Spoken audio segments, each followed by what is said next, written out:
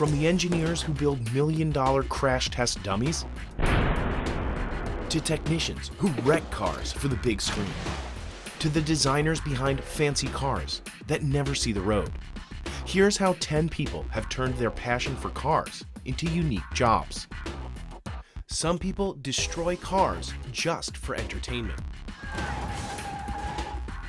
At GemFX, special effects technicians like Cody Canal destroy cars for the big screen. They weaken cars' pillars and frames to guarantee their destruction in movie stunts. In real life, cars don't always get destroyed in the most cinematic ways. Even when hit repeatedly, a car roof won't always cave in on itself like we're used to seeing in movies. That's where scoring comes in, stripping away the protective sheet metal in a car and gutting it of its support. We're going to start by cutting this pillar from here to here to basically weaken the structure. So now that we've finished our cut, we're going to take a pry bar and simply remove this small chunk of the front A-pillar. Each cut determines where and how the car will fold. We're going to go through and do some weakening cuts to help this fold a little bit easier under a little less weight. They target the A, B, and C pillars of the car. Now when you're doing this, you have to ensure not to cut the outside of the vehicle, because then it'd be visible and you could tell something's up with it. So we like to try and hide all of our stuff. Then they put the whole thing back together. So we're going to start out by reconnecting our wire harness. Then we'll take our interior cover, put it back on, replace our weather stripping, and now we're back to the stock interior. It looks like a normal car from the inside, but it will crush. It took 4 hours to score the car. Also, it could be destroyed in seconds by a 3,000-pound weight. And the areas they scored were the ones that folded cleanly. The team at GEM doesn't go all the way with the scoring process for every job. Take this bus crash in Shang-Chi.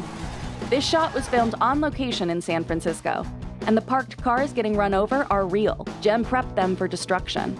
The cars were supposed to get crushed in the bus's path, but they also needed to be strong enough to slow down the bus.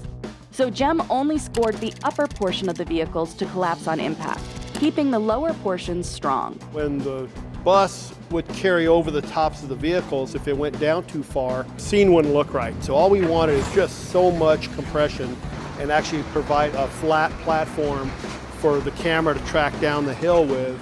They can also just focus on a few major points of weakening, like these hinges on car doors. Swapping out the steel hinges for breakaway ones makes the doors incredibly easy to rip off. They're made out of a weaker compound, which makes them shear easier. So that way it'll snap the door off nice and easy. Then they cut these wires to make sure the door has nothing to hang on to after the bolts blow out. These weaker materials allow for big results. The US auto industry spends about $18 billion per year on research and development. A good portion of that goes toward improving car design. Designers spend countless hours making cars safer, more fuel efficient, and aesthetically pleasing. And much of their time is spent on vehicles that will never see the road. Concept cars, a glimpse into the future. You may find them synonymous with outrageous designs, exaggerated interiors, and features that have never been seen in a production car, like this floating key. They're typically revealed at auto shows where enthusiasts and the media ooh and ah at the future of mobility. It's no secret that these one-off designs can be expensive to build, sometimes with a 7-figure price tag. With so much invested in these cars, why does it seem like we rarely see these concepts make it to production? And why does it seem like the coolest elements are stripped away when they do? We spoke with the design department of some of the top automakers to find out why automakers spend millions on concept cars they don't plan on making. First of all, people don't realize that, concept cars, yes, we show them at auto shows typically, and they're there for the media to enjoy. But long after the media is gone, the auto show's around for a couple weeks, and the public comes around, and they may not know much about the brand sometimes. They go, whoa, and they come across this concept car that makes an unmistakable statement about where the brand wants to go with technology. That's Ralph Gilles. He's worked on the design of the 2005 Chrysler 300, 2014 SRT Viper, and many more. So vehicles like the Prowler, the Jeep Rescue, and the Challenger, and even the Viper, all of those were concept cars at one time. And what happened there is again, the public reacted to them in a visceral way, in a way that says, you have to build that car. Sometimes people will mail us checks, deposits, to see this car through, and very passionate letters. None of that would have happened had the concept not been there. So when we see that, we think we might have struck something here. Concept cars can also be used to hype up a model that is actually planned for production. If we have a new launch of a new vehicle in our portfolio, we would tease that with a specific type of concept that would be a slight exaggeration of the production car. So it would be slightly more idealized. And of course, that's to generate interest, but also awareness that this product is coming to market, a year or two later. Like the Lincoln Navigator concept, it boasted gull-wing doors and steps that deployed when the door lifted open, almost inviting the passengers in. These exaggerated features didn't make it to the 2018 production car, which had standard doors and a single retracting step. But the concept did capture attention and brought excitement for the production version of the car. Those really extreme ones are the hardest, but they would still have an influence on the market ahead, so you might not have seen them in the first couple of years after you first experienced them, but maybe the longer run, 10 years down the line, maybe they had a big influence on the trend of automotive design. Like BMW's Vision Efficient Dynamics concept car in 2009. It was designed to be a high-performance hybrid, balancing speed and fuel efficiency. 5 years later, it became the BMW i8. The design stayed intact, but some of the flashy features, like the see-through doors and moving grille, didn't make it to production. The i8 was a success for BMW, and now we're seeing performance hybrids from almost every brand. The government's National Highway Traffic Safety Administration spends as much as $10 million a year on cars for crash testing. The real money, though, is in the crash test dummies. Humanetics, the world's largest manufacturer of crash test dummies, engineers models that sell for as much as $1 million each. In the past decade, the company has tripled in size to over 800 employees worldwide. One of their engineers, Blake Emad, explains what makes their dummies so valuable. It may look like a simple mannequin, but inside the dummy is a lot of engineering and a lot of time and a lot of work. A complex combination of metals, rubber, foam, vinyl and plastics make up each dummy. And then inside comes an intricate network of sensors and electronics, which feed thousands of bits of data back to car builders about the kinds of force experienced in a crash. Here a worker pours the vinyl mixture into a face mold before putting it into an oven. And the finished product has got to be perfect. Each dummy needs to survive countless impacts while continuing to relay reliable data. Since the 1960s, car safety improvements, designed in part from data provided by crash test dummies, have saved an estimated 600,000 lives in the US. So it has to be reliable not only for one or two crashes, but for tens of thousands of crashes over a lifespan that could be 30 plus years. After molding, each one is trimmed and finished by hand. Underneath the skin, a skeleton provides strength and durability, but unlike human bones, these ones don't break so easily. Most of the bone structures are made out of steel and it has to be machined. We use numerically controlled machining to make sure they're precisely manufactured. So inside here, he's actually machining what is a Hybrid 390 fifth pelvis. We have a print where we have to meet all the tight tolerances. He's machining out the hip sockets where the femurs are going to go. Skulls, ribs and pelvises are all modelled after their human counterparts. Older models are crude compared to the latest high-tech generation. This Thor dummy even has a pelvis with movable parts. Instead of spending hours scrubbing and power washing, dry ice cleaners can remove dirt and debris from cars in minutes. At Dryce Nation, Owner Scott Ailes explains how the technology works and how it cuts through oil, soot, and grime so easily. When we're starting the project, we're always looking for the dirtiest area first. We like to get the hard stuff out of the way so that when we get to those surfaces or those coatings that we're trying to remove that are easy, then it makes everything go smoother because you're not double cleaning. So you'll notice as I'm cleaning that the gun is never static. It's always moving. It's always constantly moving. And the reason for that is we have the risk of a concentrated 109 negative degrees on a particular substrate or part of the car that you could damage in one spot. So I'd like to take a minute and explain how this actually works. There's really three things that are occurring. You've got kinetic energy, which is driven by the PSI of the air system.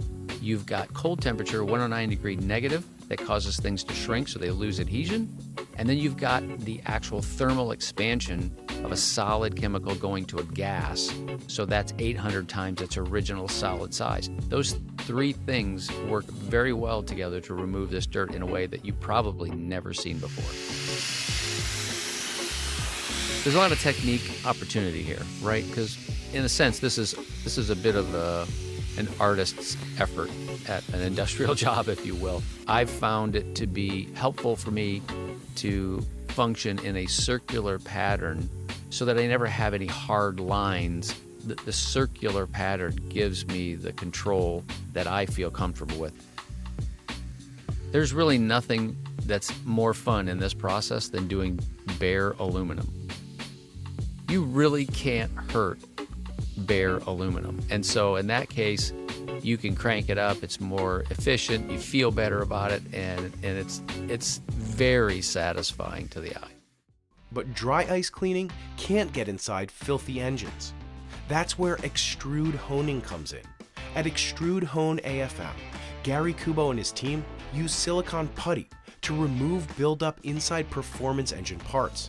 They claim this improves airflow to the engine by up to 25% and improves horsepower. The putty is made out of a proprietary silicone polymer, and it contains specialized silicon carbide particles, and as the process of flowing goes through a part, it's a honing effect. So, a silicone polymer, the putty, carries an abrasive material, the silicone carbide particles. Let's make this simple and see how the process works on an intake manifold. The intake manifold is responsible for evenly distributing the air into each cylinder of an engine. As the particles are pushed through the intake manifold via hydraulic pressure, they begin sanding or grinding away at buildup and smoothing imperfections. This is what increases airflow and turns your car into a certified speed demon. But not every time. Well, the results will vary depending on the part. If you're starting from scratch, say like a rough, unshaped, ported head, I mean, the results, improvements could be drastic. So when we talk about airflow, we have to talk about balance. The exhaust has to be considered as well. The engine in its basic form is an air pump. So if we have an increased volume of air coming in, we have to be able to reject the spent gases out. So if we have a very large intake but a smaller exhaust diameter, for instance, it can actually choke the engine. So if you noticed your car losing power over time, you may not need that new fancy turbo to reclaim your precious speed. Some classic cars require more than a simple deep clean. That's a job for restoration specialists like Trevor Malloy. He uses chemical dipping to strip away years of rust and old paint. The customer starts off by completely disassembling the vehicle. Then we will take it and we will dip it in our alkaline paint stripper. And they'll remain in the tank for about a day. We take it out every other day, and then we'll pressure wash it until all the paint is removed. Because there can be different layers of paint. You got your paint, then you got your primer, you got your putty, undercoating. Once all that's removed, then it'll move to the acid bath. And the acid bath actually takes a little less time. Our acid bath is for removing rust specifically. That's all it does. And we'll pull it out every other day also. And it will be neutralized after it's pulled out into our alkaline bath. That way there's no further rusting from the acid, because the acid does attack the metal slightly. Then it'll be pressure washed until all of the rust is removed.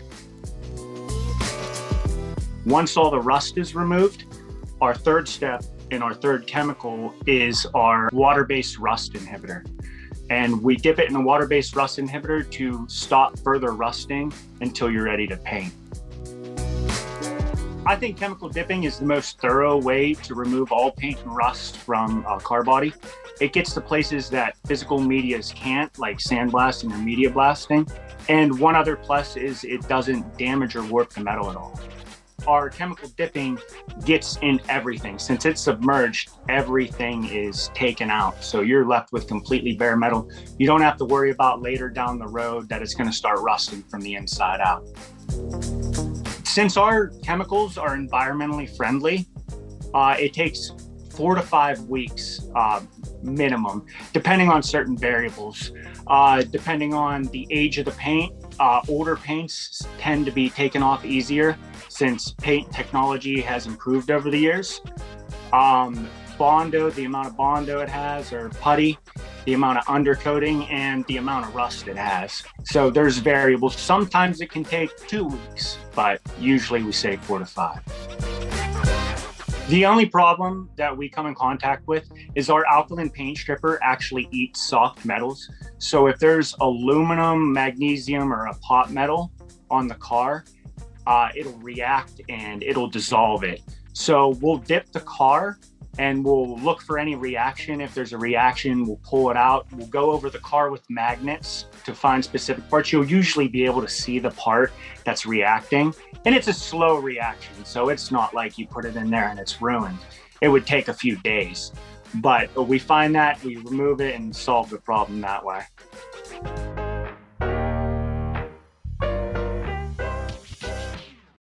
But it's not just classic cars that need restoration. Just ask Rich Benoit, or as he's known on YouTube, Rich Rebuilds. Tesla claims that only they can fix their cars. But Rich has made a career out of proving them wrong. Once you build and repair a Tesla, you kind of fix it and you go from there. There's no real upgrades for it. So many things are electronically controlled. It doesn't make it as fun for the hot rodders out there. So I said to myself, you know what, how do we mix the two things? How do we have, a really good looking car and combining it with the tunability of a classic V8 engine? So we decided just to combine the two.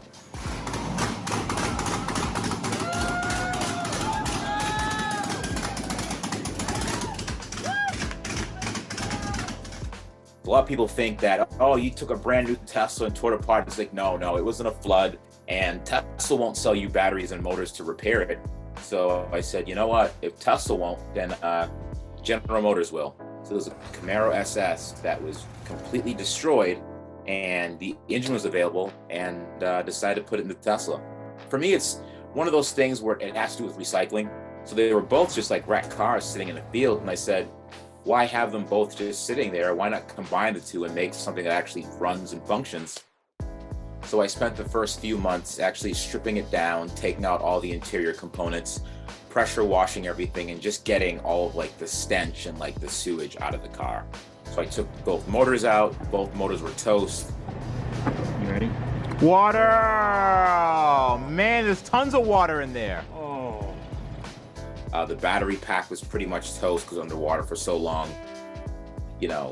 Anything short of aluminum was shipped out of the car. So I think a lot of measuring and prep was the hardest part. Making sure the engine sits straight and true in the car, because don't forget, not only do you have to make sure the engine sits well in the car, but there's also a transmission that adds another few feet, and there's also a really long drive shaft that spins thousands upon thousands of RPM that are literally sitting right between your legs that has to be straight as well. Like a lot of different angles and things have to be straight in order for the car to even roll down the road. Believe it or not, it almost makes sense that the V8 fits so well.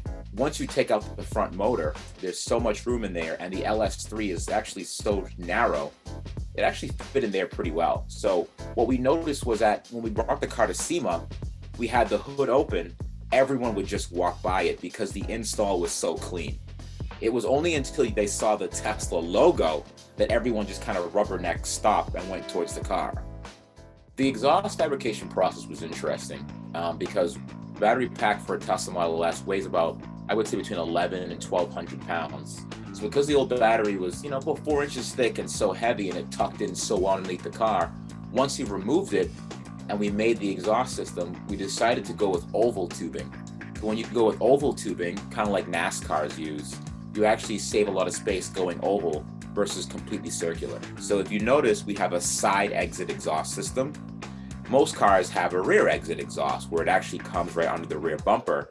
We couldn't do that because the independent rear suspension was so large, the exhaust actually couldn't go past it. So we just terminated the exhaust system right to the sides, right before the rear wheels.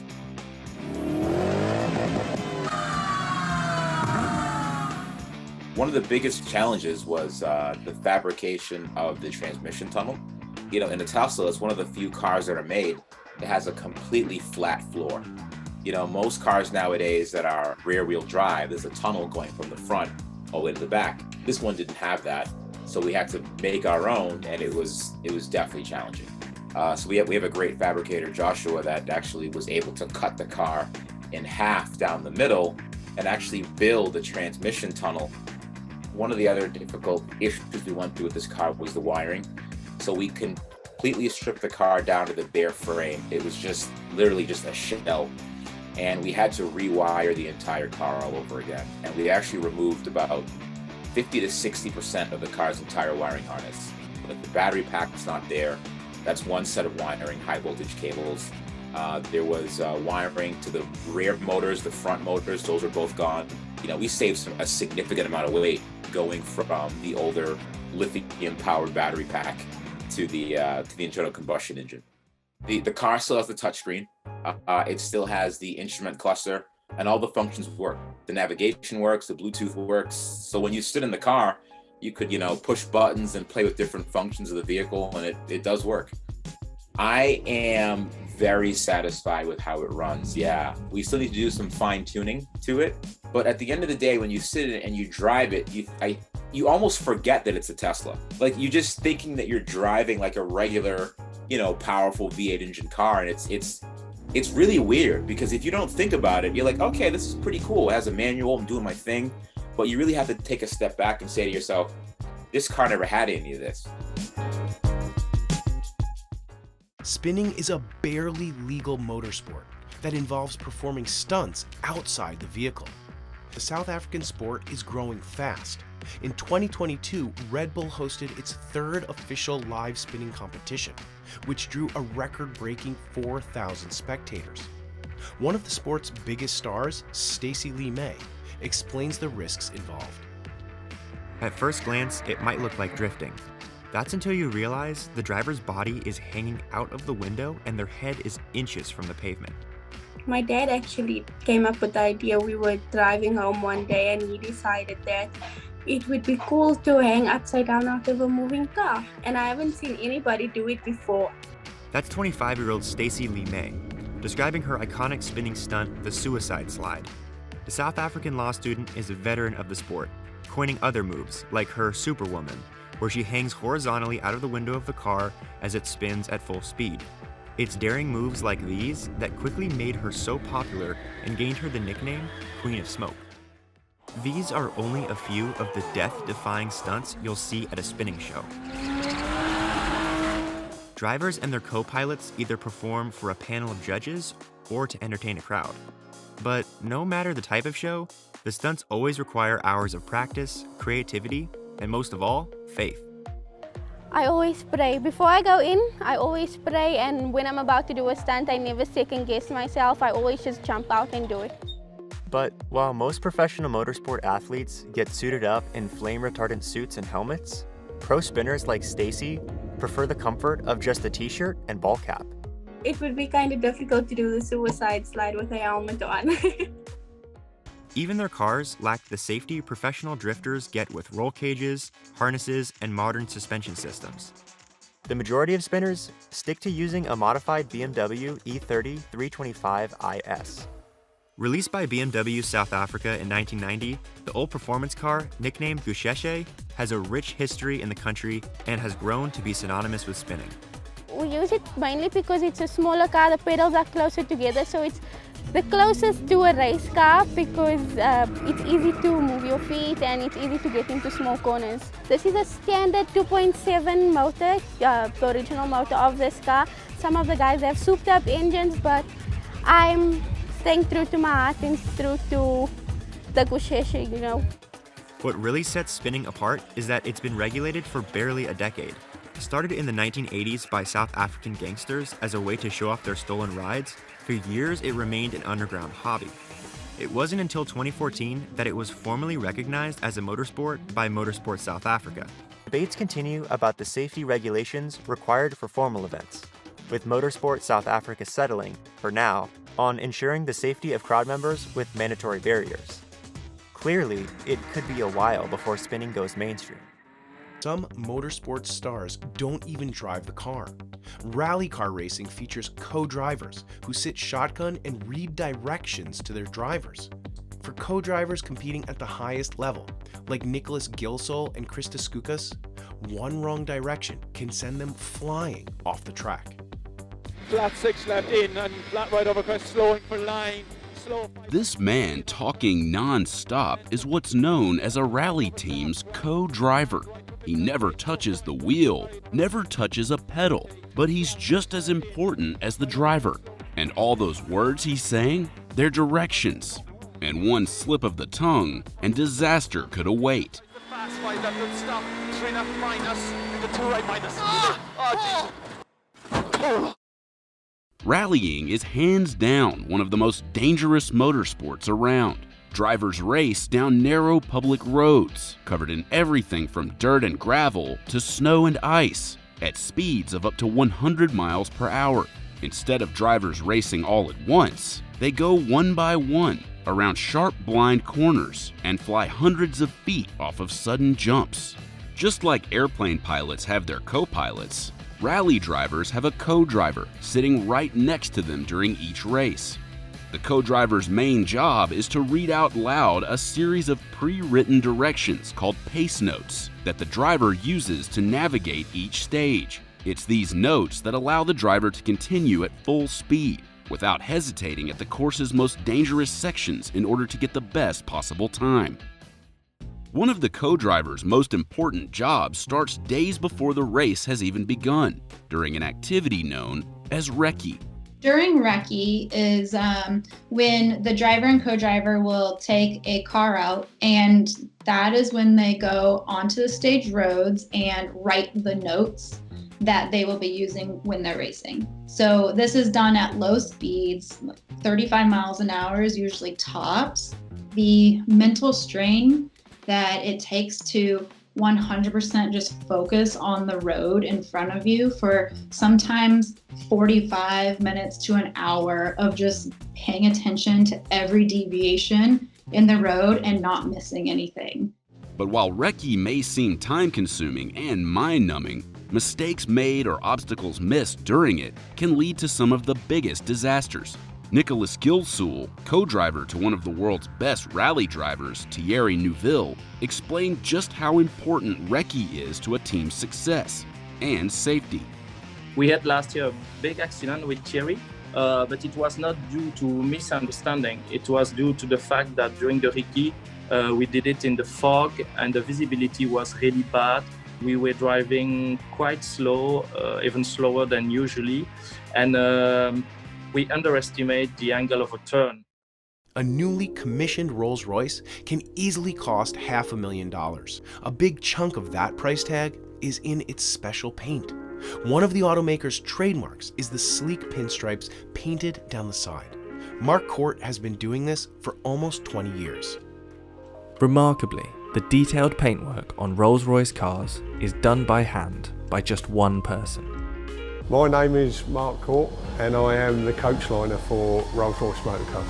A coach liner means that I am able to put this pinstripe onto the side of the car. The uniqueness is the fact that I do it completely freehand, and I'm the only one within Rolls-Royce that can do this. That's like worldwide within the Rolls-Royce BMW Group. So the brushes I use is made of squirrel hair. We found that most brushes nowadays are man-made, which tends to leave brush marks within these lines. This is a natural hair. This natural hair tends to leave no marks at all. So we work to one standard, which is the highest standard. So we use one that leaves no brush marks at all. And if customers without a coach line decide to add one to their car, Mark is on hand to travel worldwide with his paintbrush. As normal, with Rolls-Royce, Rolls-Royce never comes back to us, we go to it. So if it's in Dubai, so be it, that's where I have to go.